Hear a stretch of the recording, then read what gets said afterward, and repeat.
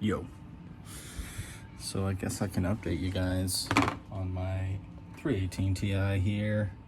I did the head gasket on this bad boy since it was overheating and blew a bunch of smoke.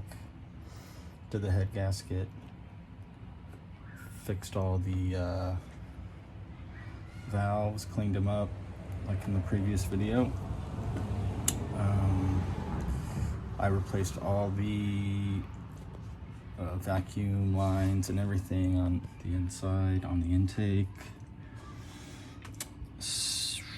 And once I got that done, the starter took a shit.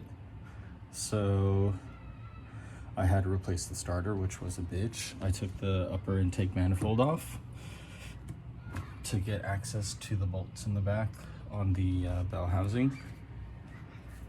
And I went underneath as well to replace the starter. I did the top and the bottom.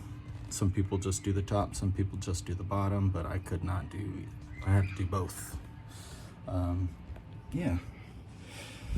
Replaced the starter, now it starts up just fine. And you know, if it's not one thing, it's another. So I was like, oh, I'm done. So I might as well do the brakes because I had bought brakes and brake pads and whatever. And when I was doing that, I noticed a fat leak underneath, which is super cool, isn't it? So I had to figure that out. And it turns out it's the heater core little plastic piece thing. I don't know if you can see that. So it was leaking on this inside where the blower motor is. And I can flash a light down there and see that it's leaking. So fix the overheating issue, and now I have this issue. So yeah, that's an update. And I'm learning how to wrap as well, so I'm gonna wrap the car eventually. And yeah, this car's just beating my ass, I swear. It's one thing after another, after another, after another. So yeah. But once it's done and drivable, it'll be worth it, right? I keep telling myself that. And also, I was doing the brakes, or started the brakes when I noticed the leak, and then I also noticed the sway bar end link was completely shot. So I'm gonna replace those because I was having some stuttering in my braking on the front right. So I was like, what's going on over here? I thought it was the brake pads or brake rotor. So I bought the brakes to do that, and then I went under there, and then I noticed that the sway bar end link is busted. So that's probably the issue. Even though I bought the brake stuff, I'm gonna do the brakes anyways because I got it. So booyah.